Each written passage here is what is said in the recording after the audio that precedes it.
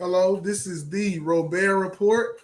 Oh man, started a couple seconds late. I'm struggle streaming, y'all. I'm about 7 seconds in, but it's okay. My name is Robaer Washington. This is the Robaer report. Today, once again, is Monday, and we are here on the Robaer report to discuss an individual and his or her contribution to society. That is the mission for this broadcast. We're about 6 months in, y'all, and hadn't missed a Monday since January 3rd. Uh, I'm happy for that. My good friend right here, my brother right here, is happy for it. He just saw him clap, and his name is Chap.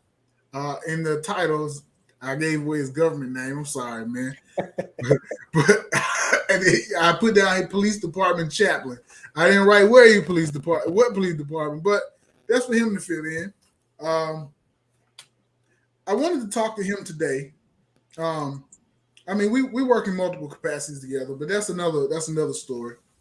But I wanted to talk to Chap today about his work as a chaplain. So I recently saw an article online on another YouTube channel about a young man who went to his junior prom in Baltimore. Went to his junior prom, and he was gunned down. Thank you. I was just about to.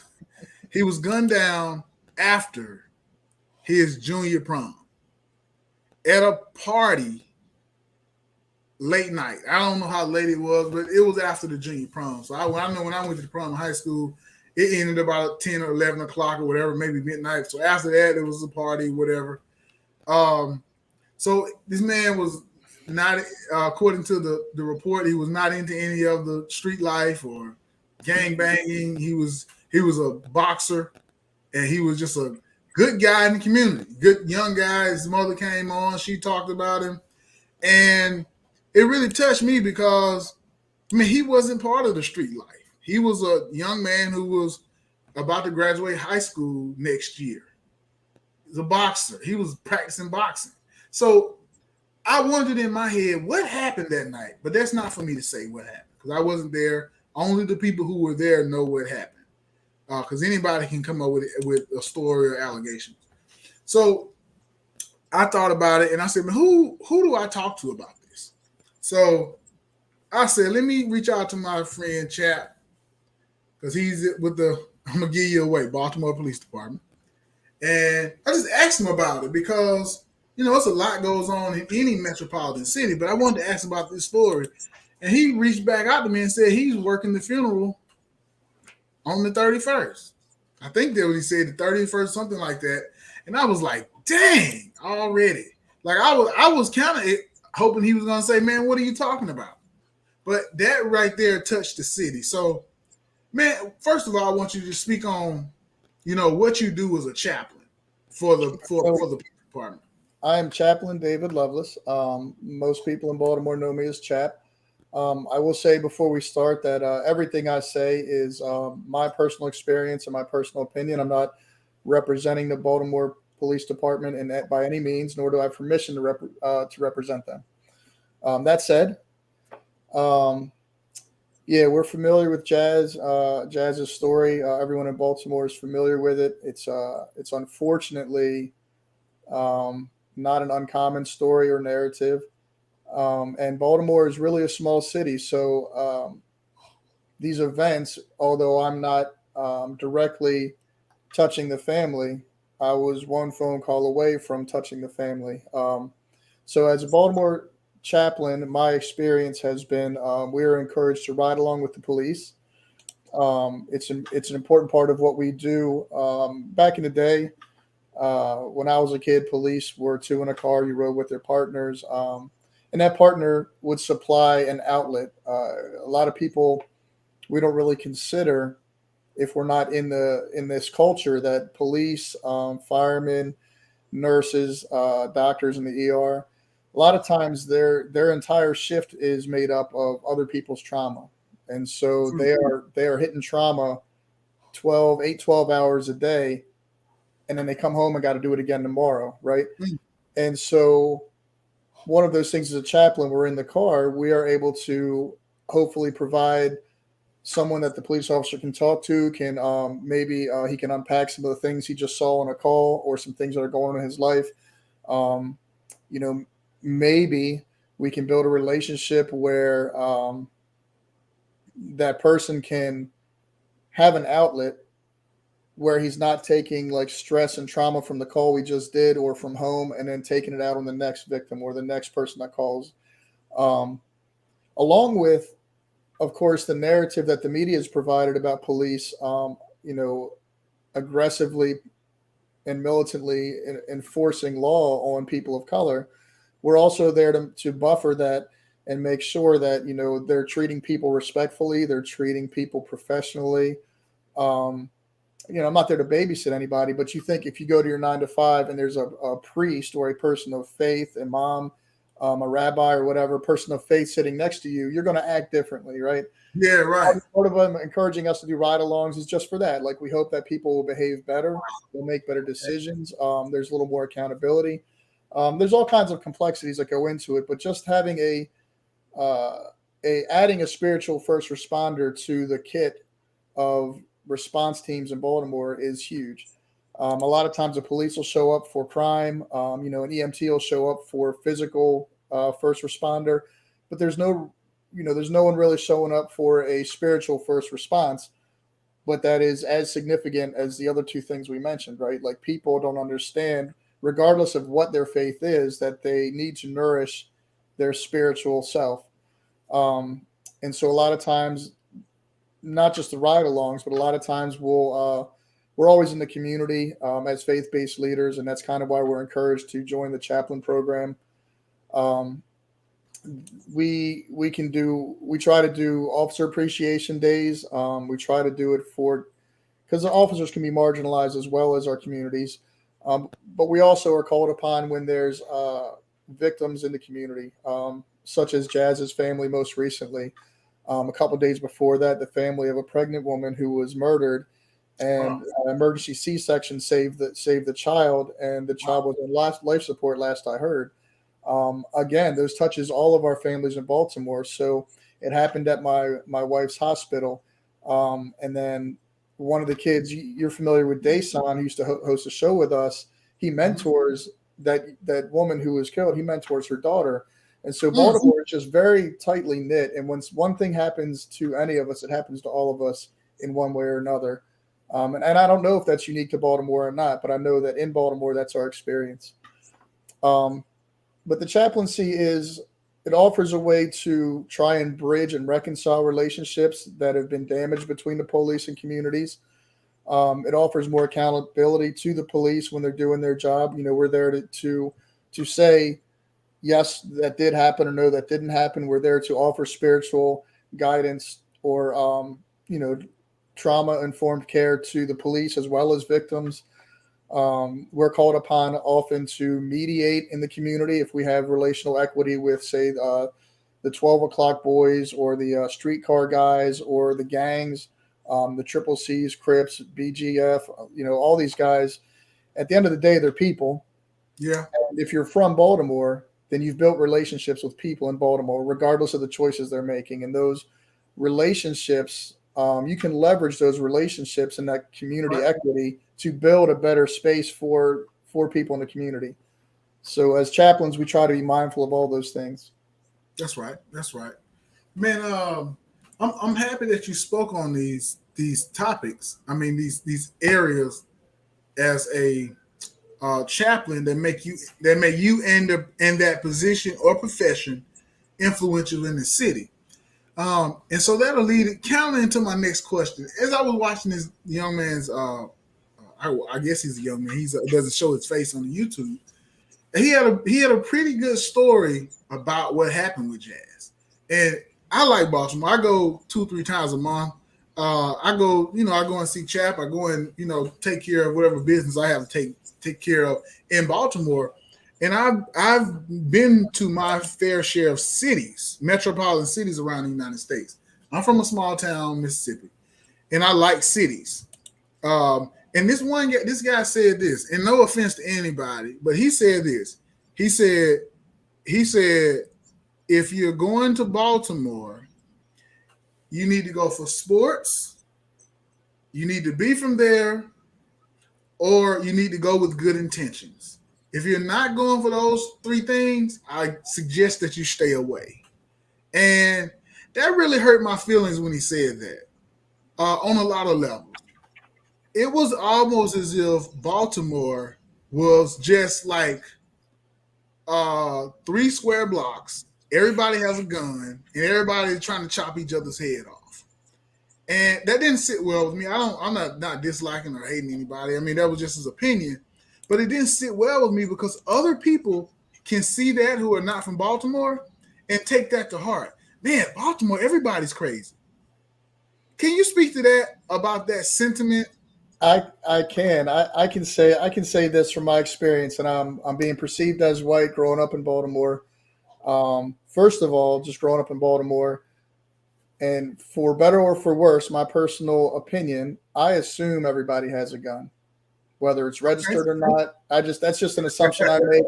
Um, and I'm not scared because Yeah. someone has a gun. I just assume that everybody has one. It's just the culture we grew up in. Okay. I don't know. I can't really explain it. It's just an assumption I make, whether it's right or wrong, whether it's good or bad. In the back of my mind, I just assume everybody has one. Um, but I feel like to a degree, I understand what he's saying. Baltimore is there's a lot of love in Baltimore. That's what I can say. Yeah. And Correct. in the city, if you love the city, it loves you back. But That's if you right. hate on the city, it's going to push back. And I'll say that clearly. Like if you come here hating on the city and you come here creating negativity, that's what you're going to attract. And if you come Okay. here loving on the city, then you're gonna be met with love. And Okay. and and not even a lot of people like myself will even tell you, like, even if you come hating on the city, is the Baltimore vibe is like, you hate me, forget about it. I love you anyway. But you won't always be met with that. Okay. I used to tell people, like, when I was a kid, I couldn't wait to get away from the city. I couldn't wait to move away from the city and do something, anything different. And I lived in New York. I lived up in Maine. I lived in South Carolina. I lived in Florida, Georgia. I've lived up and down the East Coast, but in the end, I missed Baltimore. Baltimore was home, right? And as I matured and grew, I appreciated Baltimore for what it was. I used to tell people when I was young, it's a great place to visit. You wouldn't want to live there.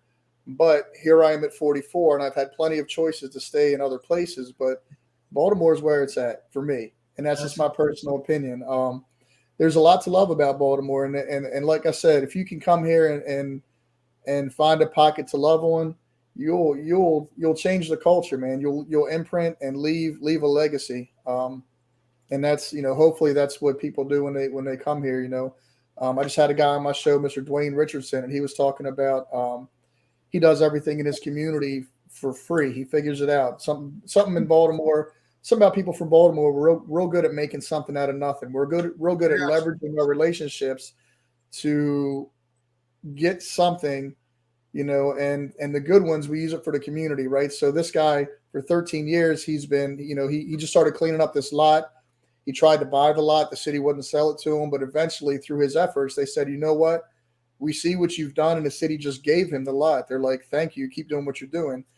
And he continues to love on the community and do things for the community.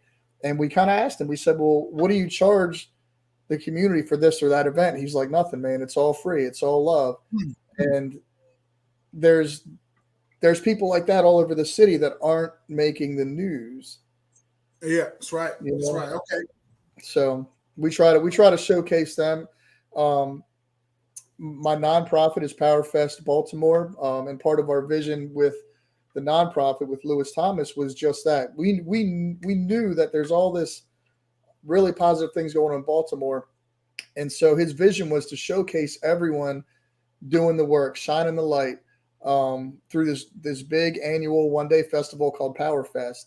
Hmm. Unfortunately, the COVID culture has put our plans on the back burner. But what it has also done is that all these people that we collaborated with and we invited to be part of this festival over the past 2, 3 years now, we've been able to build working relationships with them in the community as needs arise. So instead of me just reaching out to Breadcoin transactionally and saying, hey, can you guys do an event in this community? Now I've used that resource to meet needs consistently over a year, 2 years, and built a deeper relationship. So when we finally do get around to doing our festival, it's just going to be an in-depth, more valuable experience, because it's not just people we just invited in a phone book. These are people in the community that we've had the privilege to serve side by side for the past 2-3 years, building relationships and really bringing them to the table and able to showcase them more genuinely. Okay. So, yeah. Okay. And shout out to Breadcoin for doing all that good work in the community. Nothing like it. Nothing like it. No matter where I go, up and down this, I haven't been too far outside of DC, Baltimore, Virginia over the last since COVID. Nowhere in the area have I heard anything like Breadcoin. So we'll get into that another day. But today we're talking with Chaplain. We definitely need to get into that another day, because that is a great resource. But for now, just let people know breadcoin.org. Look it up, and if you got questions, reach out to me or Robaer. We can fill in the gaps. That's correct. That's correct. So I'm going to hop back on your work as a chaplain. Okay. All right. I'm feeling the love. I'm feeling the vibe that you're giving off regarding your city. But so back when I was in Mississippi, I did some jail ministry, and I went to our state prison once. So on Tuesday nights, I would go to my local jail, and I saw a lot of my friends. It was crazy. I'd be like, "Where you been, man?" They'd be like, "Robaer." I'd be like, "Yeah." I just asked you where you been. They'd be like, "Well, I've been in here." Oh, that's why we ain't seen you in 6 months. What's up? So I pull out my Bible, talk to them. It was me and a couple of other ministers in there. But it was surreal going into a jail or hanging around law enforcement and going in and knowing that you were coming out in moments. But those people that were inside were not coming out. Not in the same moment that they might get out tomorrow, but they're not coming out. They're not free to move in and out like I was. So with regard to you, I know you work with the police department. I'm sure you go to the jails. What is that feeling like, that you're able to go in and out of a space like that, knowing that you probably see some of the people that you grew up with, and they so god dang happy when they see you. It takes them out of that. If jail is a bad place to them, jail cannot be a bad place to them. But if it's being incarcerated is a bad place to them. Yeah. Go ahead. So I can comment on all of that. I have been to jail in both Maryland and Florida. Shout out to the guys and gals in jail, man. Nobody hating on you, No, it's all love, man. And I will say this: there was a difference between jail and hard time. Like in jail, it was the worst thing ever happened to me was when I got arrested the first time, because I was so scared. I'd seen all these prison movies and this and that. I was so scared. And when I got to jail, it was a bunch of other dudes like me who didn't want to be there, but they got jammed up, and it was like super laid back. And I was like, you know what? I got a vacation. Like I don't have to get up if I don't want. I don't have to work. There's no expectations. I had really, it was uncomfortable, right? Like I didn't have a cot. I slept on the wool. I had wool for a pillow. I had a XXX jumpsuit because that's all they had left. It wasn't comfortable, but at the same time, it was a little bit of a break, and it wasn't stressful. And so kind of in a bad way, where it was like, man, I wasn't scared to go to jail anymore. So there is some people that feel that way and feel comfortable in that setting. I didn't get comfortable, but it wasn't the worst thing that happened to me.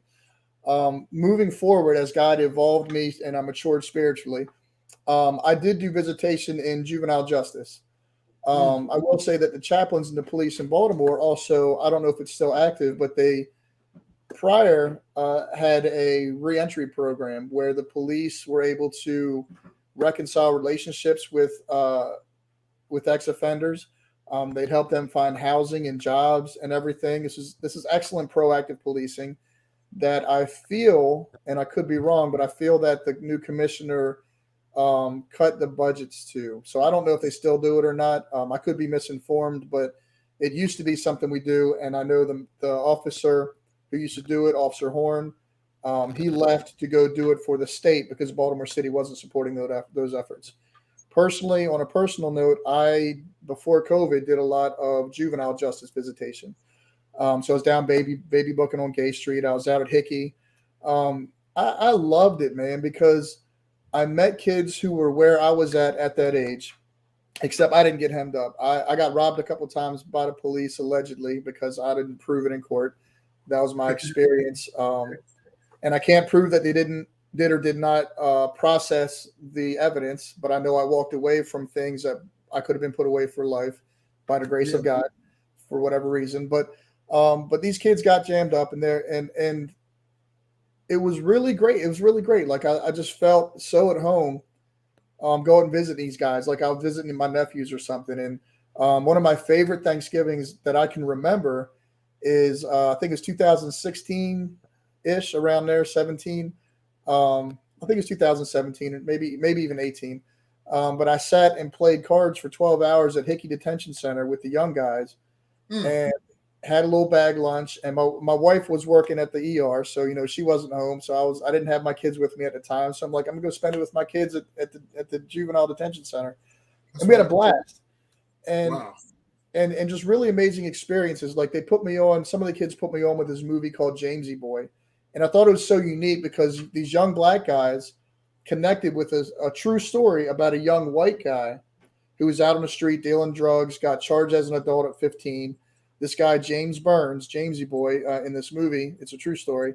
From the age of 15 to like 20 something, he was locked in isolation his entire teenage childhood to protect him from the adult penitentiary he was in.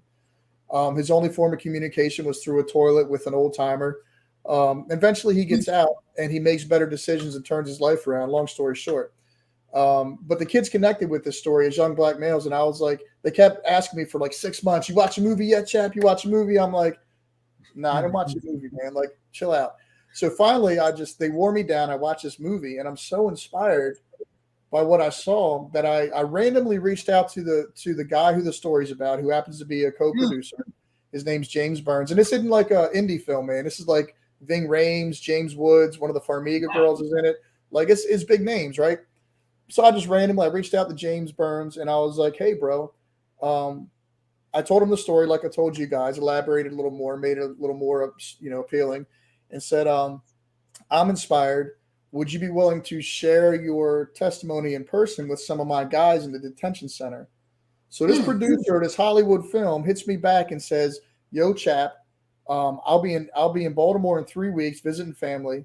I live in New York. I'm finishing a project in London, film project in London, and flying into New York, and then I'll be in Baltimore in like 3 weeks. He's like, yeah, I'll definitely come see your guys. Well, I didn't expect all that, right? I just expected to tell the boys, like, I reached out. I don't know. This guy said yes. Now I'm like, how am I get this guy through fingerprinting and background check in 3 weeks? Like, and he's not here to do the process. So the director allowed me to bring the celebrity co-producer James Byrne, who's a producer, director, actor. He's actually in the movie as well as a cameo. He came in and he met the kids. And when I tell you, he sat and just, instead of talking them to death, he listened to them for like 4 hours. He just sat and listened to their stories. And that was so beautiful to me. And that was so inspirational. And I know that the 4 guys, because not everybody was allowed to come out. Like they only let 4 guys out of lockdown to come see this guy who I brought, this guest. And but the 4 guys, Lil Timmy TJ, and I forget the other guys, man. Forgive me, bros, if you ever watch this. Forgive me, I forget your names. But these 4 guys got to sit with him. They heard his story. They got to share their stories with him. And he ended up making another documentary on recidivism and stuff. And I'm sure that it was inspired by some of their stories. So like that was a cool experience I had, right? Like just being a vessel, being a tool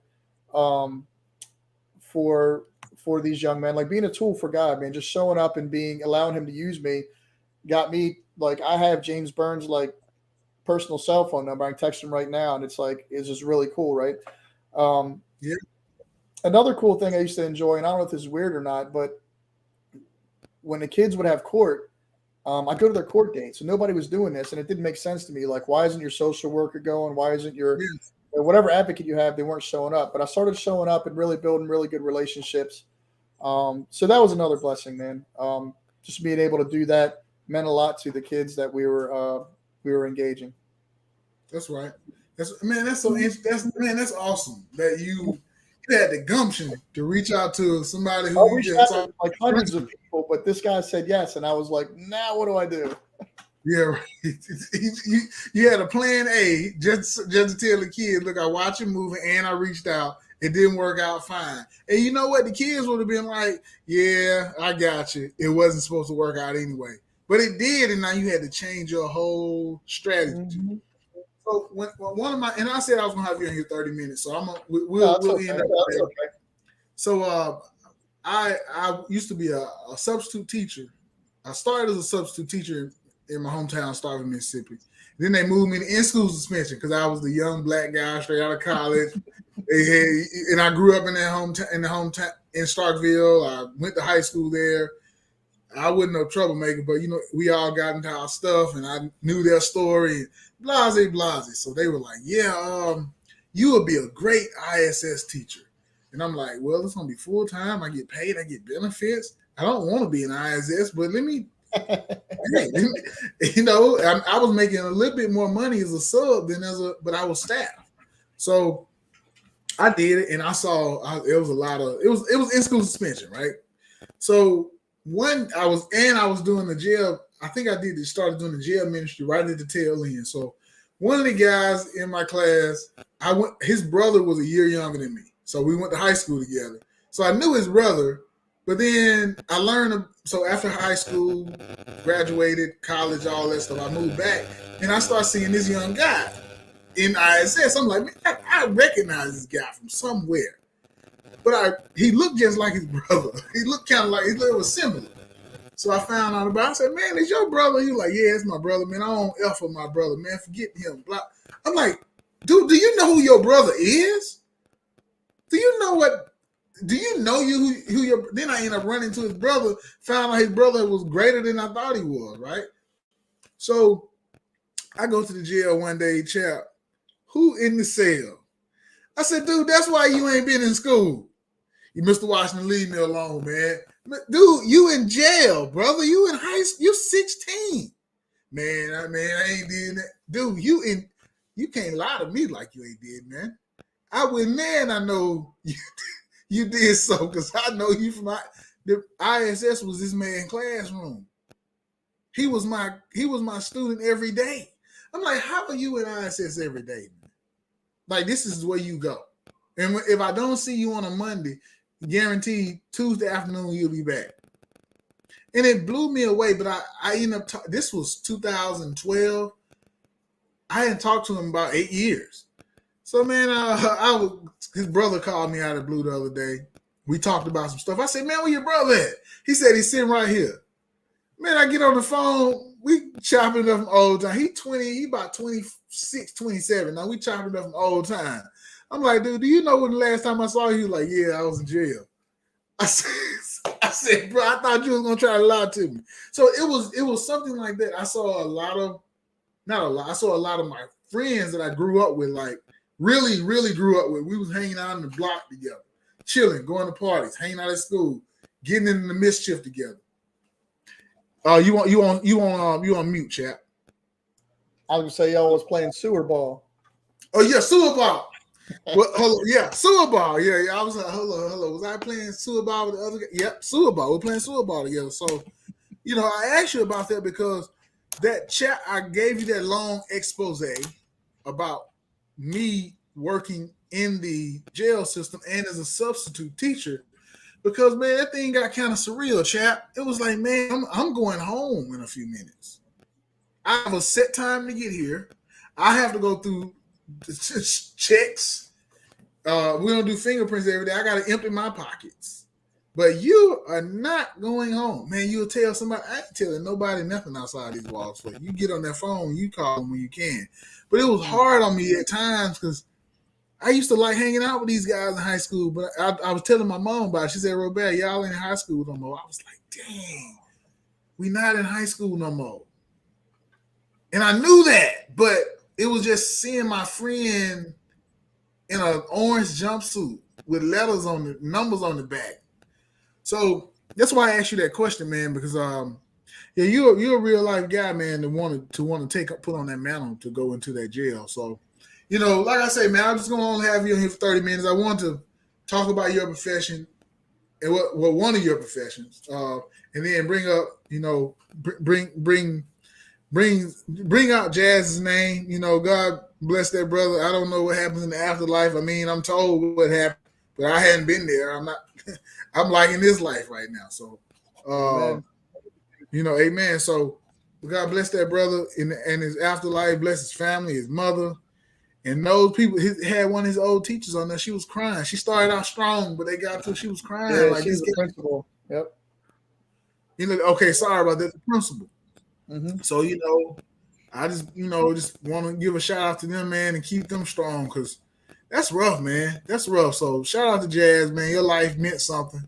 Shout out to you for being a boxer, man. And I just wanted to come on and say shout out to Jazz. I don't know you, but I don't know your family, but man, it's rough to hear. But I'm happy that you're not suffering. And once again, man, Chap, any last words, man? I was gonna tie it up, turn it off tonight. Any last words you got? Yeah, if y'all want to look for me in the background tonight, I think tonight's the final episode or second to last for We Own the City. I work the background work. I was going to share my screen real quick. I'll be Go ahead. So I'll be wearing this suit. Okay. Hold on, wait. Let me pull it in. Hold on. I didn't remove. Oh yeah, no. I'll be wearing that suit in the background in the courtroom. So when they do any courtroom scenes, just see if you can see me in the background. Trying to get more work as an actor. Kind of excited about that. I kind of have supported my family and stuff, so we're going to start trying to grind some more and do some acting work. And I encourage everyone else to pursue your dreams, man.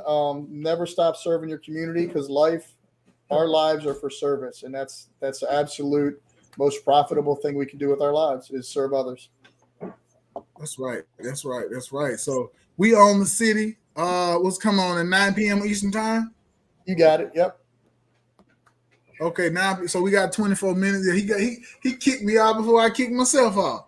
Hey, y'all get on the watch it. We Own the City. And until next time, till next Monday. Hey, my internet, I updated my internet, y'all. So I still saw a little bit of lag. I'm about to call them, man. I'm paying extra $20. I need to not see this up here. But welcome once again to the Robaer Report, where our mission here is to talk to individuals and discuss their contribution to society. We're looking up on month 6 of the year, June. It's getting hot outside. Drink your water, drink your Holy Ghost water, and stay prayed up and safe out in these streets. And thank you, Donnie. Next time. Thank you. Oh yeah, once again, man. Look, as always, thank you, Donnie. I'm sorry, man. I ain't say that about you today. But thank you, Donnie. That's why Chat was on here today. And keep on blessing us with your gift, man, of bringing us together, keeping this platform going. Black USA News to the moon. Take care. Peace.